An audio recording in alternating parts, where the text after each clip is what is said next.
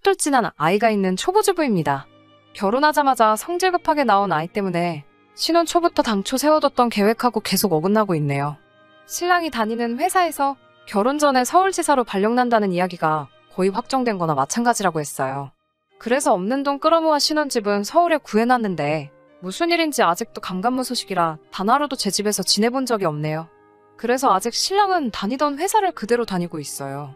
요즘 같은 시국에 서울에 새 직장 잡기도 힘들 것 같아서 그건 포기했어요. 지금은 20평짜리 방 2개 딸린 집에서 월세 내면서 살고 있습니다.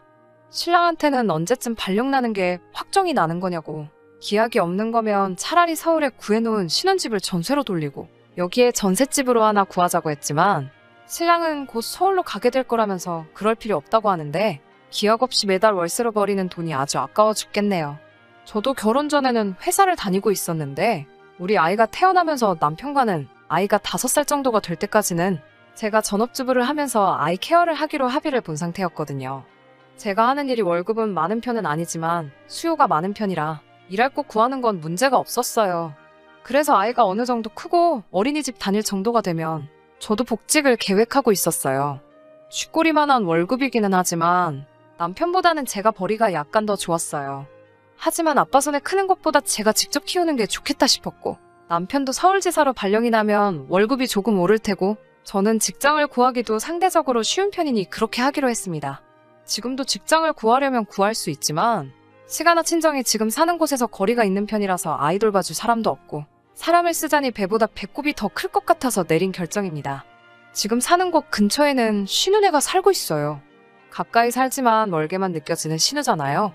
아무리 남편의 여동생이라고 한들 저와는 사실 평생남이나 다름없었으니 그냥 대면대면한 사이였어요. 신우네랑은 사이가 좋지도 나쁘지도 않다는 말이죠. 원수지고 지내는 사이는 아니고 신우도 결혼을 한 상태라 두 부부가 한 달에 한두 번 정도는 같이 만나서 식사 정도는 하고 근황 이야기 정도는 주고받는 그런 사이입니다. 신우는 당시 출산을 4개월 앞두고 있었고 직장을 계속 다니며 돈을 벌고 있었어요. 그날도 넷이서 같이 만나 저녁 식사를 하는 날이었는데 대화를 나누다가 신우의 산후조리에 관해서 대화를 나누기 시작했습니다. 제가 결정하기는 했지만 저는 아직 직장을 포기하고 전업주부가 된 사실에 미련이 조금 남아있었거든요. 지금 살아온 인생의 반을 넘게 공부해서 들어간 회사인데 사실 5년 뒤에 복직이 생각처럼 쉬울까 하는 걱정도 있고 결국 이렇게 전업주부의 삶을 살게 되는가 싶어서 그 누구에게도 내색은 안 했지만 속이 조금 상했거든요. 신우도 저와 같은 입장일 테니 그냥 어떻게 생각하고 있는지 앞으로의 계획은 어떠한지 정말 걱정해주는 마음으로 물어본 말이었어요. 산후조리원 다닐 거고 3개월 육아휴직을 내겠다고 하더라고요. 그 말에 제가 대번에 아이는 어쩌고 복직할 생각을 하냐고 물어봤지요.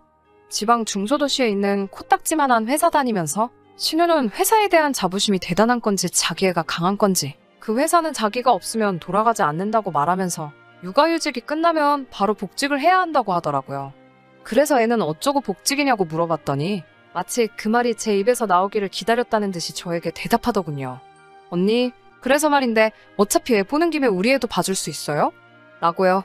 그런 걸 물어볼 거라고는 생각도 못했기 때문에 당연히 농담이겠거니 싶어서 우리 애 보는 데만도 허리가 부러질 지경이라고 농담하지 말라며 손사래를 쳤더니 저한테 잘 생각해보라고 하면서 말도 안 되는 소리를 늘어놓더라고요. 지네 아이가 태어나면 우리 아이한테 동생이 생긴 거나 마찬가지니 같이 키우면 아이한테 책임감도 생기고 정서적으로 좋지 않겠냐고 말하길래 이제 첫돌박진한 애한테 무슨 책임감이냐고 말도 안 되는 소리 하지 말라고 하고 애는 봐줄 생각 없다고 딱 잘라 대답했죠. 그 와중에 신랑은 아무 말도 없이 빈밥그릇을 긁어가면서 밥 먹는 척을 하고 있길래 테이블 아래로 다리를 툭 쳐가지고 같이 편 좀 들어달라는 식으로 신호를 줬는데 아무것도 모르는 척 탄척만 피고 있었어요. 신우 남편도 그렇고 우리 신랑 하고 있는 꼬라지를 보아하니 이미 저 빼놓고 셋이서 벌써 이야기를 끝낸 것 같다는 느낌이 들더라고요. 꿀먹은 벙어리 마냥 아무 말도 못하는 우리 신랑과는 다르게 신우 남편이 난데없이 신우 편을 들면서 3개월이면 100일도 안 지난 아이인데 어떻게 어린이집에 맡길 수 있겠어요? 하면서 거들더군요. 그래서 제가 서방님, 저는 어떻게 믿고 100일도 안 지난 아이를 맡기세요? 라고 되물었더니 저는 가족이라서 괜찮다고 하더라고요. 그러면서 기분 좋으라는 식으로 입에 발린 칭찬을 하면서 저를 회유하기 시작했어요. 언니라면 믿고 맡길 수 있다. 언니같이 배운 여자가 아이를 돌봐주면 아이 정서에도 좋을 것 같다. 뭐 이런 식으로 설득하듯이 자꾸 강요를 하길래 돈 줄 것도 아니면서 자꾸 무리한 부탁을 하냐고 한마디 했습니다.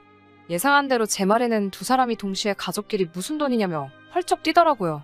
그래서 애는 공짜로 키우냐고, 분유며 기저귀며 돈 들어갈 게 투성인데 무슨 부탁을 그런 식으로 하느냐고 한마디 했습니다. 그 말에 잠깐 둘이서 아무 말도 없다가 신우가 그러면 양육수당 한 달에 20만 원 들어온다며 그거 전부 드리면 되겠네요 하면서 잘됐다고 결론 났다는 식으로 기뻐하더라고요. 제 의사는 생각하지도 않고 계속해서 아나무인으로 나오는 모습에 저도 점점 화가 나기 시작하더라고요. 제가 돈 20만 원이 아쉬워서 돈 이야기를 꺼낸 것 같냐고. 아무리 가족끼리라지만 아무런 대가 없이 신은혜도 그렇게 부탁하는 거 아니냐고 딱 잘라 말했습니다. 돈 달래서 돈도 드리는데 왜 싫은 거냐고 하면서 어린이집에 아이 맡겼다가 잘못되면 어떡할 거냐면서 혹시나 잘못되면 저보고 책임질 거냐고 뭐라뭐라 하더라고요. 창과 방패도 아니고 이대로 가다간 하루가 지나도 대화가 끝날 것 같지 않아서 이건 나중에 다시 이야기하자고 하고 자리를 정리하고 집으로 돌아왔어요. 집에 도착했는데도 화가 풀리지 않더라고요. 그 와중에 몹시 심기가 불편해 보이는 제 눈치만 살살 보고 있는 신랑이 눈에 거슬려서 불러세워 물어봤어요. 나 모르게 벌써 너네들끼리 얘기 끝내는 거지? 하고 신랑을 슬쩍 떠봤지요. 우물쭈물하면서 말을 잇지 못하는 신랑의 모습을 보니 그날 오고 간 대화가 제 생각대로 셋이서 벌써 북치고 장구치고 다 해놓은 것 같더라고요.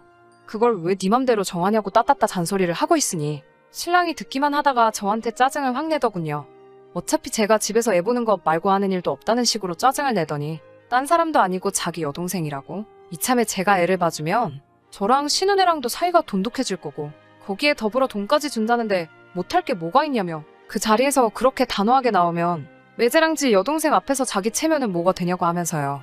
제가 신은혜 애만 봐주면 신우는 복직해서 안심하고 일할 수 있고 우리는 신우가 주는 돈 받으면 월세로 나가는 돈도 어느 정도 커버가 되는데 살림에 보탬도 되고 얼마나 좋냐고. 저 하나만 오케이 하면 모두가 평화로워지는 건데 일을 뭐 그렇게 어렵게 만드냐고 하더라고요.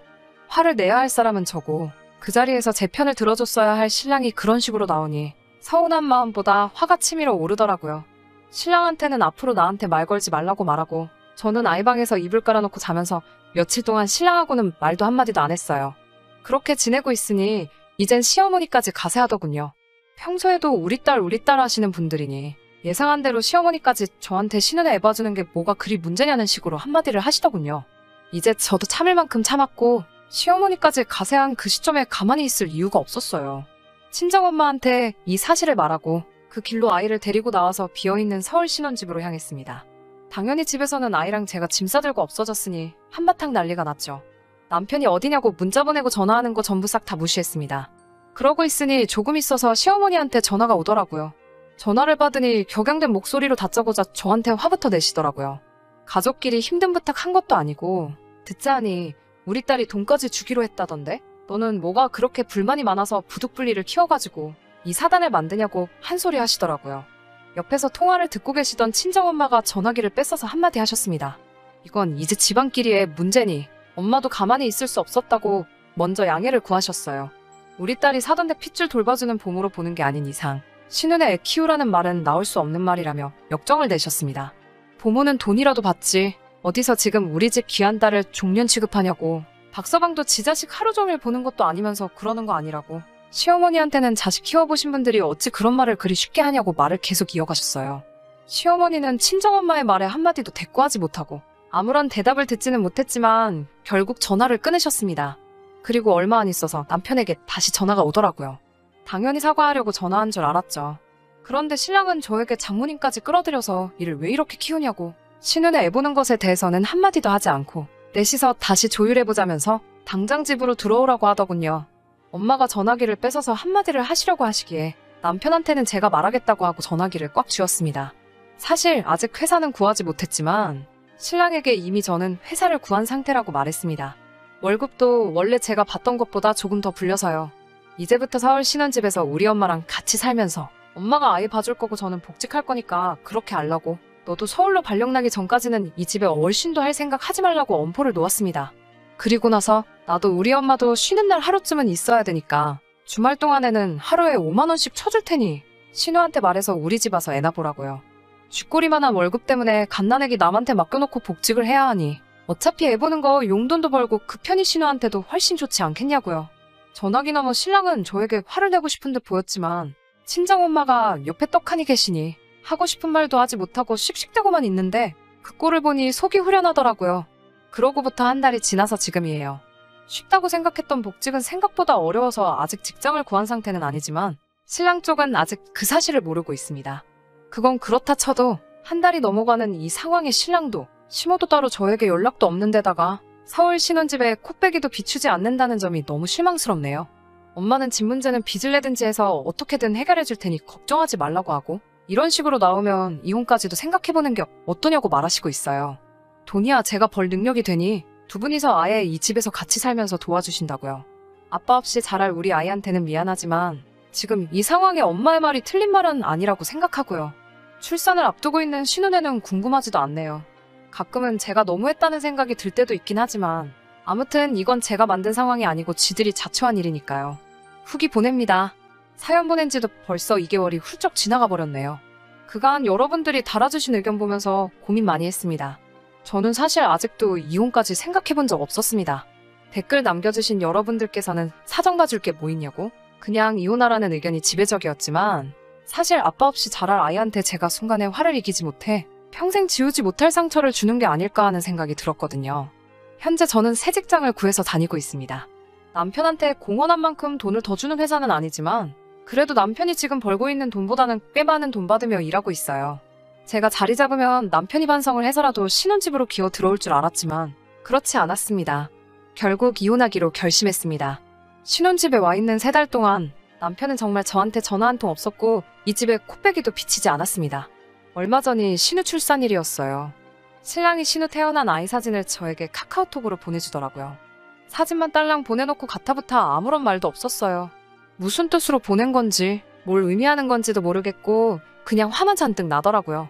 3개월 만에 짐 싸서 나간 와이프한테 한다는 연락이 싸움의 불씨나 마찬가지였던 그 아기의 사진을 보내주는 꼴이라니.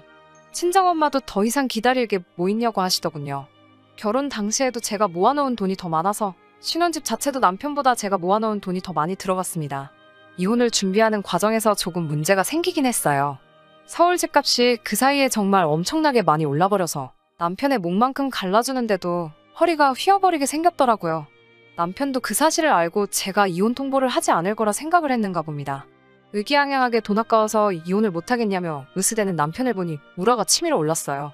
이 사실을 어머니께 말씀드렸더니 정말로 고향집을 정리해가지고 오셔서는 그 돈을 저한테 주시더군요. 저 하나 때문에 평생 살아오신 고향집 정리하고 그 돈을 저한테 주시는데 정말 눈물이 다 나왔습니다.